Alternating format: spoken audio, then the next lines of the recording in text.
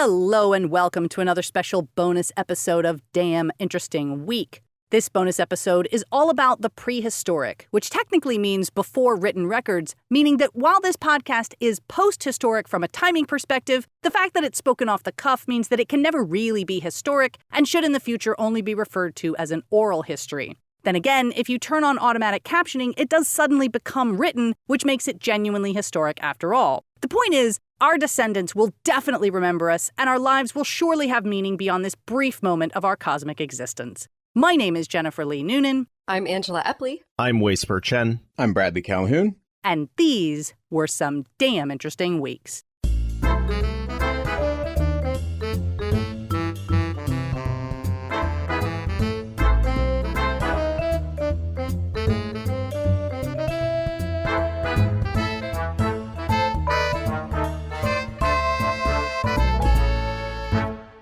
First Link. From Smithsonian Magazine, we've got a sweet little ditty called First Dinosaur Belly Button Discovered in Fossil from China. Yeah. I have questions, Yeah. which I'm sure will be answered. Yes, as did I. But I highly recommend you actually check out the article because it's got a really nice rendering of what the animal could have been like if it was like reclining on its side in that George Costanza Seinfeld. The reference may be a little dated for some of our listeners, but it's spectacular. It's like the Burt Reynolds pose, where he's just like, Yes. hey, baby. It's like he's in a little forest floor with some dappled shade. I get really excited about dinosaurs. But belly buttons, questions? Okay, let's get into this. So paleontologists have discovered the oldest belly button known to science, and it belongs to a Psittacosaurus, a member of the horned dinosaurs Ceratopsia. And as you may have already guessed, the belly button does not come from an umbilical cord, as it does with mammals, but from the yolk sac of the egg-laying creature. So modern egg hatchers, like snakes and birds, lose their belly button scar within a few days or even weeks after hatching. But other organisms keep the umbilical scar for the rest of their lives. And when they're inside the egg, the embryo's abdomen is connected to the yolk sac, which, gives the embryo a food source for growing and developing. And the scar appears when the embryo detaches from the yolk sac and other membranes before or as it's hatching from the egg. The Psittacosaurus umbilical scar is similar to that of an adult alligator and is the first example of one in a non-avian dinosaur that predates the Cenozoic period, which was about 66 million years ago. Psittacosaurus measured almost 7 feet long, was noteworthy for its high and narrow skull with a parrot-like beak. And the way they were able to identify the elusive belly button was with a modified version of something called LSF, or laser stimulated fluorescence. And this modification in particular used a lot more of that laser intensity versus previously established laser imaging techniques. Phil Bell, a dinosaur paleontologist involved with the study, said, "It really looks as though the animal could get up and walk away." Imagining these animals as living, breathing entities rather than just dead skeletons is what fascinates me. Bringing them to life is one of the goals of my work. I mean, maybe we haven't learned that lesson. After all, it's taken, 5 Jurassic Parks for us to maybe come to the conclusion, I don't know, maybe not a good idea. Yeah, I mean, if anything, it's bringing us closer to normalizing the idea of like, you know what, this could work out. Like, they each kind of have a reasonably happy ending.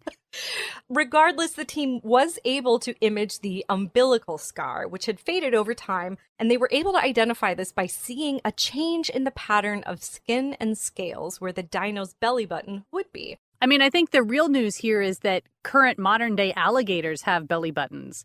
I was not aware. This warrants a little bit of citizen journalism, don't you think? Yeah, I mean, just, find a nice one, find a kind alligator, and I want to see an alligator belly button. Somebody bring me that. Have you ever tried consent with the alligators? That's I true. see a lot of forceful manipulation of them, but, have we ever tried to ask, like, hey, Please. croc calling? Yeah.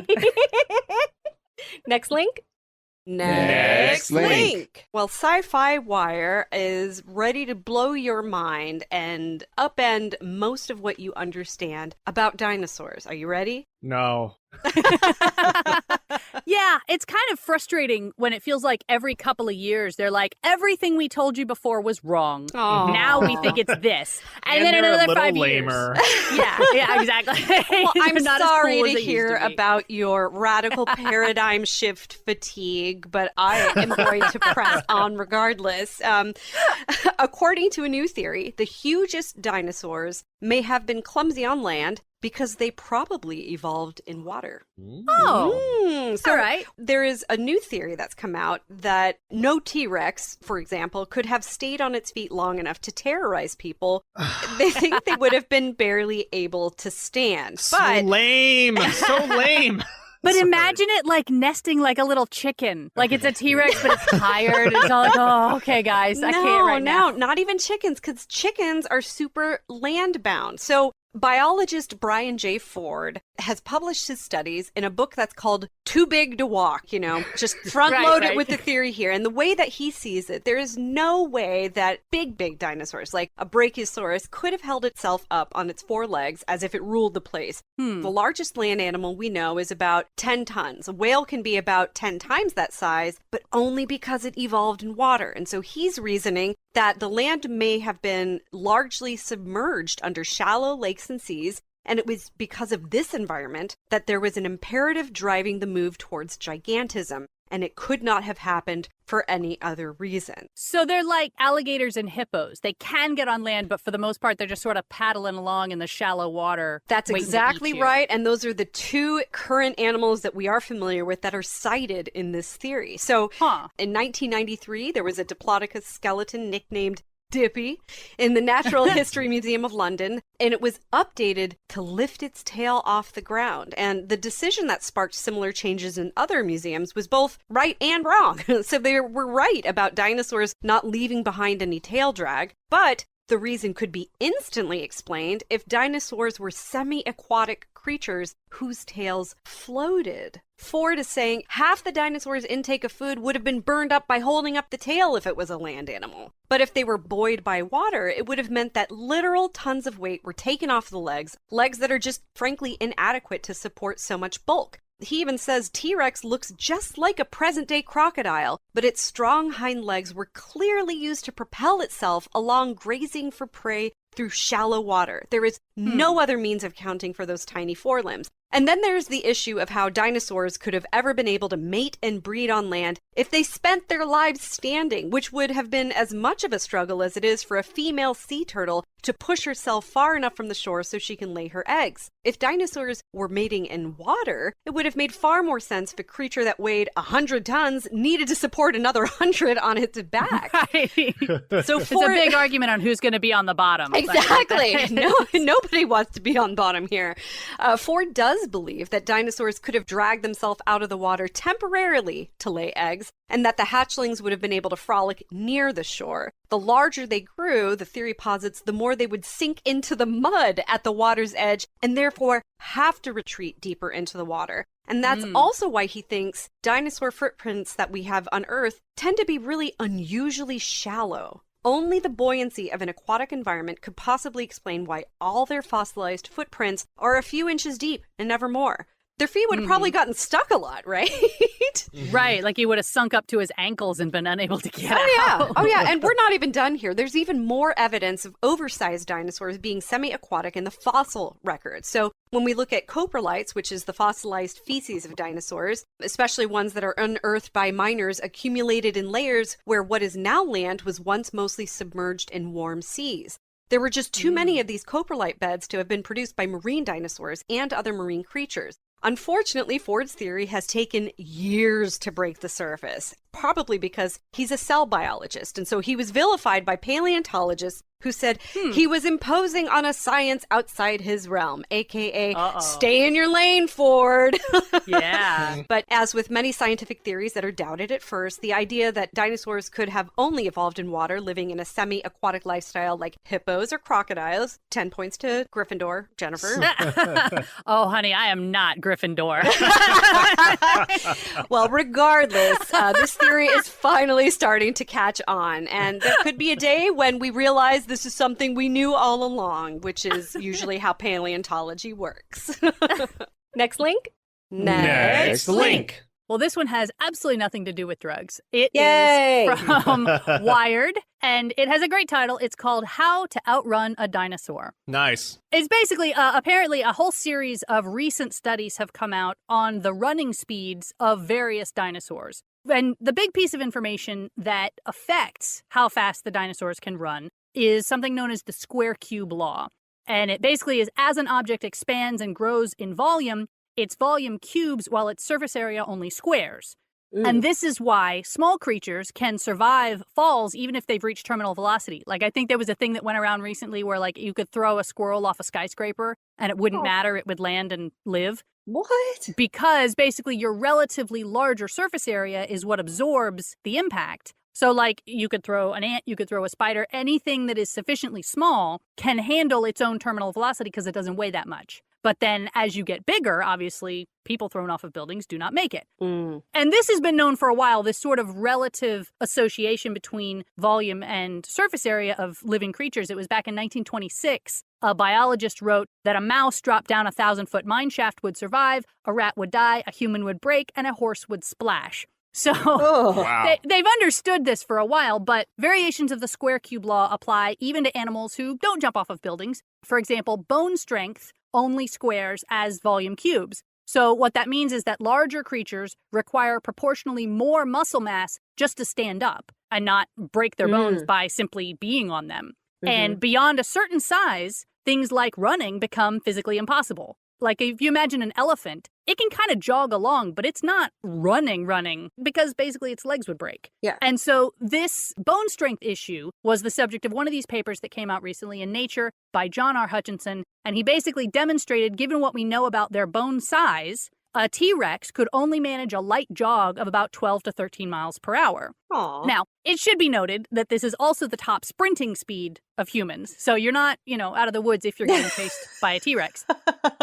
But then there is a second factor that also doesn't scale, and that's energy production. And that proportion isn't quite as bad as the square cube ratio. It's about a ratio of 0.75 to 1. So basically, for every 1 unit of volume that you go up, your energy production only goes up 0.75. And what it means is that if we had the ATP production and metabolism of a mouse, we as humans would have to consume 25 pounds of food per day. But I accept this challenge. Nice. Obviously, normal people, not Angie, consume 4 pounds of food a day. and thus, basically, what it translates to is while we have plenty of endurance, we do not have the ability to accelerate with the same speed that a mouse does. I don't know if you've ever had to chase a mouse, but the mouse can outrun you. Another scientist named Miriam Hurt found that you could plot animals' acceleration on what turned out to be basically a perfect logarithmic scale based on their weight. And the peak of the scale is about 200 pounds. That's the ideal weight to size ratio for something that wants to accelerate as much as possible. And so she extended the graph for the known estimated weights of dinosaurs and found that any dinosaur over 6,000 pounds simply could not be a threat to humans. There's no way it could accelerate fast enough that we couldn't just outrun it. So, what dinosaurs should we be afraid of? Well, none, but theoretically, the general answer that the article gives us is medium-sized, which is like the raptors in Jurassic Park. They got that right. But then a third scientist actually looked into body design, which matters because if you think about a cheetah and a human, they weigh about the same, but obviously a cheetah is much faster than we are. And that has to do with their pelvis and their hips and the way their muscles are structured within their body. So Alexander Desaichi combined Hertz speed data with equations we know about hip height and stride length, and again sort of applied that to what we do know about dinosaurs. And there's a great chart in the article with these sort of dinosaur silhouettes and a little running away man, and they're ranked from mildly concerning to very concerning. Peaking with dinosaurs like the Deltadromeus agilis, which tops out at 30 miles per hour. And they're like, yeah, Whoa. You're definitely going to die if one of these is chasing you.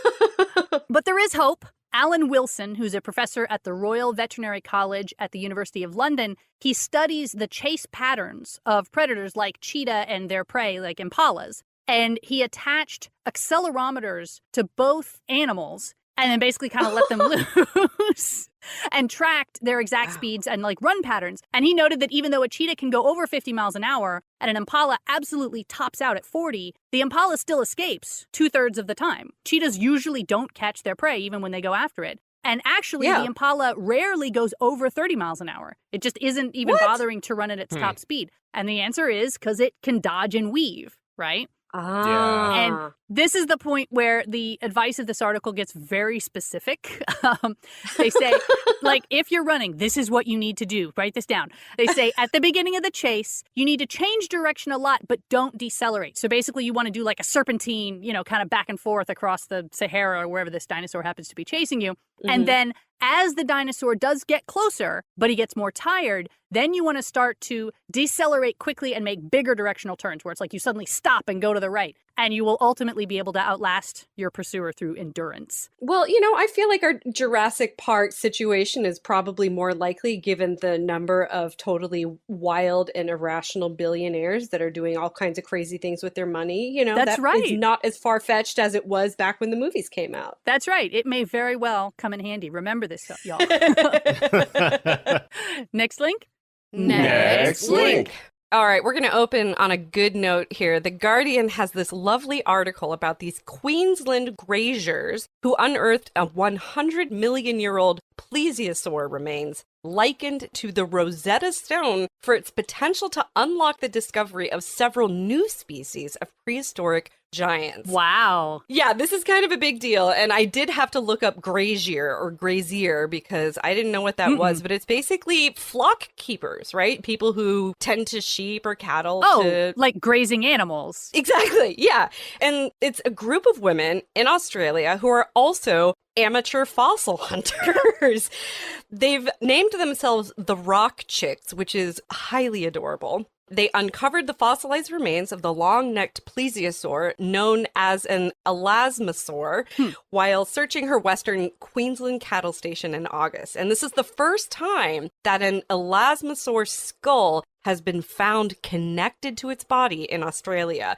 The trio had already found another plesiosaur, among other significant fossil finds in the weeks leading up to the moment when Cassandra Prince saw a head looking up at her from the dry earth. And this kind of fossil, which has been kept under wraps until now, is globally rare, according to Dr. Espen Knutsen, the senior curator of paleontology at the Queensland Museum. So it turns out that Prince was in regular contact with Knutsen at the time of her discovery, and she was sending him pictures of her and her sister Cynthia and her cousin Sally's other finds. But the minute she sent this one, the paleontologist knew it was special because the museum already has the skull of an elasmosaur in its collection, along with several other bodies. But a skull connected to its body, it's the chef's kiss of paleontology. And this largely has to do with the distinctive anatomy of elasmosaur. So they're marine reptiles. They probably grew to around 8 meters in length, and they had teeny tiny little heads on top of these really long necks. According to Knutsen, quote, a lot of it is neck. At least half, if not 2/3 of the entire body length of an elasmosaur is mostly neck. And when an elasmosaur died, its decomposing body would swell with gas that would make it rise to the surface where it would then float at the mercy of tides and scavengers. So we're basically talking about a meters-long gap between body and head, means these body parts would rarely sink to the same spot once the gas dissipated. This particular elasmosaur had its skull, neck, and front half of the body all preserved together, but the back half of its body is missing. And when you look at the picture, they've got like the 4 rock chicks, they're like laying on the ground with it. You can see like the spinal column and like a little piece trailing out of it, almost like in Mortal Kombat when you got one of those fatalities. So they're thinking that this particular elasmosaur may have been bitten in half by the apex predator of its day, a 10-meter, 11-ton chronosaur. And this kind of puncture would have caused the rest of the elasmosaur corpse to sink instantly to the bottom of what was then an inland sea about 50 meters deep. So it's a theory for now, but they will tease it out over the coming years as they hope to unravel the story of this 5 to 7 meter juvenile that they're calling the Little Prince in honor of the person who found it. I mean, I think it's always great when when like a normal person finds a fossil. I'm not sure I would call a pair of sisters who are professional herdsmen and amateur paleontologists as ordinary. Like, right. The minute their whole description came to mind, I was like, this is a book series waiting to happen. Yeah. Like, when is the Hulu show coming out? Well, and incidentally, I was a little bit miffed of like, what's the difference between a grazier and a shepherd? And I looked it up. Apparently, A shepherd doesn't necessarily own the animals they're tending to. A grazier is more like a rancher who definitely owns them and will be selling them. So it's richer than a shepherd is what it boils down to, I think.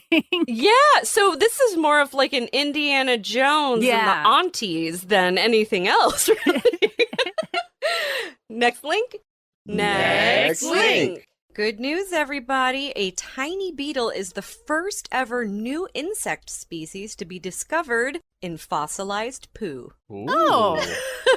The beetles were found in a lump of coprolite, which is the fancy science term for fossilized poo, and they're thinking this was produced by an ancient dinosaur ancestor. A team of vertebrate paleontologists and entomologists used a technique called synchrotron microtomography to create 3D reconstructions of beetle remnants from the Triassic period. So it was like chewed up. It's not like it came out living or anything. Correct. I mean, it has been fossilized for a long time. Who Well, knows? sure, it's dead now. I'm just It's saying. dead now, but you know, humans do have quite a habit of trying to reanimate previously extinct or fossilized things. But this particular poo contained a number of near complete beetles. They found that the majority of the specimens belonged to the same type of beetle, and the scientists have now described it as Triamixa coprolithica. The word poo is in the name now. That's so sad. This beetle did so many things in its life, and it just so happens that the one we found was in poo, and now for the rest of its scientific existence, it's going to be known as the poo beetle. Right?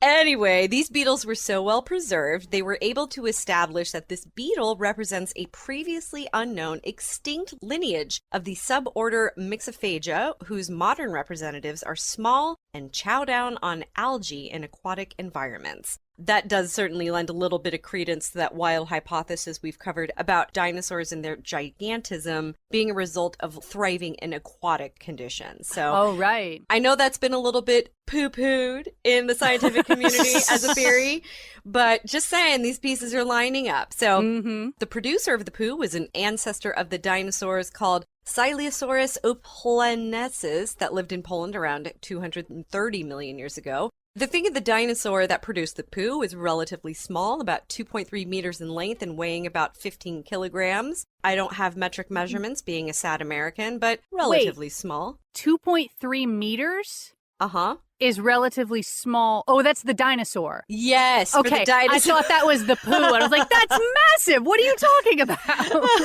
I mean, maybe they had really big dumps, but being fossilized, they may have been broken up. I would love to hear a story later about largest dinosaur dump ever recorded. But they're thinking that the animal had small conical teeth, may have had a beak at the tip of its jaws, which it could have used to root around for insects in leaf litter.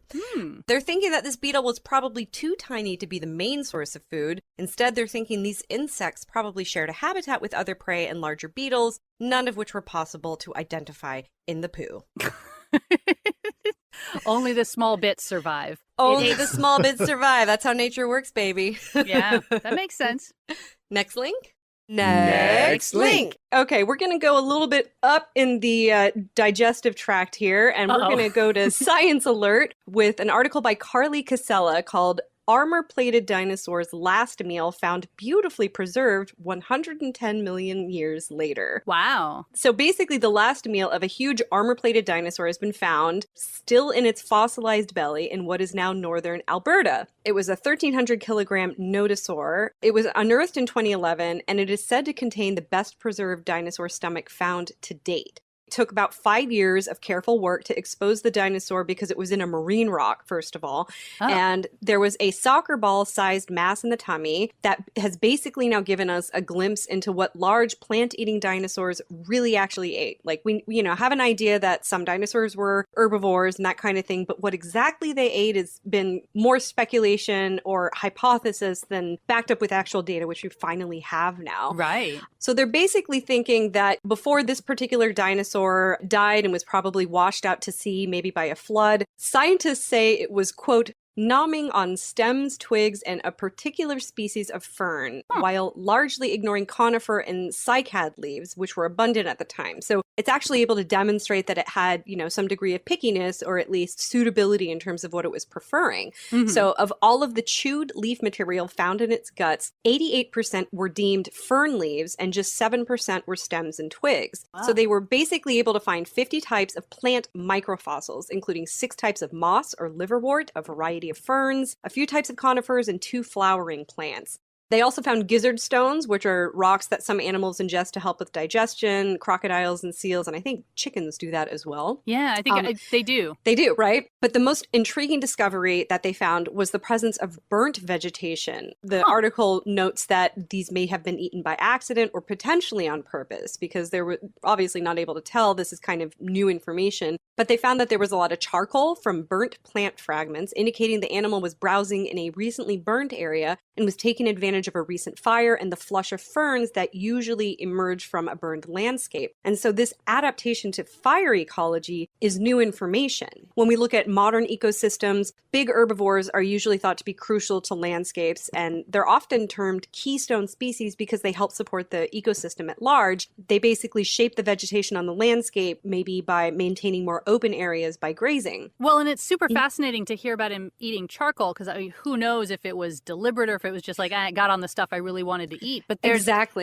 evidence for like charcoal as like medicinal properties. It's very absorbent and it absorbs toxins. So like if you're eating charcoal on a regular basis, that could actually affect your digestion and what you're absorbing from your food in both a good and a bad way. Right. Yeah. A lot of people, like charcoal ice creams were a fad a few years ago, just in terms of, producing like jet black ice cream. And then peripheral side effect is that it has some detoxifying effects, which is curious to think about when you're eating sugar dairy, basically. Which can affect a lot of people. But next link. Next link. All right. Well, we have a quickie here at the end from mymodernmet.com, and it's called Rare T-Rex Skeleton Expected to Sell for Over $25 Million at Christie's Auction. Wow. And it makes sense. Museums have to acquire their specimens somehow, but it still seems really funny to me to imagine a bunch of people bidding on a dinosaur skeleton. Like, what if in the future someone's bidding on one of our skeletons? That's just so... I mean, only if we go for bottom dollar. If I fetch a nice price, I might be okay with that because I'll be dead. Yeah, for $25 million, that's respectable. So this is actually the third T-Rex to go up for auction, starting with a T-Rex named Sue in 1997 and another one named Stan just recently in 2020. They don't have any information in the article about what happened to Sue, but Stan was apparently sold for $31.8 million and will soon be on display at a new natural history museum in Abu Dhabi. And these T-Rex skeletons do apparently justify the price tag because scientists believe that only 1 out of 80 million T-Rexes were fully preserved in entirety. The newest specimen was uncovered on private land in Montana in 2020, and it's named Shen, which means godlike. And I guess the person who owns the private land gets this money. I mean, there's certainly some money that was invested in digging it out. So I can't imagine they're going to get all of it. But it'd be a pretty nice thing to discover on your otherwise arid land in Montana. Yeah. So Shen is 16 feet tall and 43 feet long. Scientists believe it is a male. The auction is taking place in Hong Kong, perhaps because the auction house suspects that the skeleton will ultimately end up in Asia. Currently, most T-Rex skeletons are located in natural history museums in North America and Europe, and they think the demand is going to be higher in places that haven't acquired one yet. I think that's super fair. Let Asia have a T-Rex skeleton. Dang, For y'all. sure. Yeah. And they don't really say why they think Shen will only fetch $25 million when Stan got $31.8. But I think they're underestimating him. Like, I'm rooting for Shen to break the record. I think he can do it. I mean, we're in a very uncertain market, so the T-Rex index may help other people guide their financial decisions. Invest in T-Rex futures. All right, well, that's going to wrap it up for this bonus episode. We hope you've enjoyed it. As a friendly reminder, when we have to miss a week like this, it's often because of day job obligations that one or more of us can't get out of. So if you like our podcast and want to support us in our frankly insane publishing schedule, you can do so at patreon.com/damninterestingweek. In the meantime, my name is Jennifer Lee Noonan. I'm Angela Epley. I'm Spurr-Chen. I'm Bradley Calhoun. And we hope you have a damn interesting week. Bye-bye.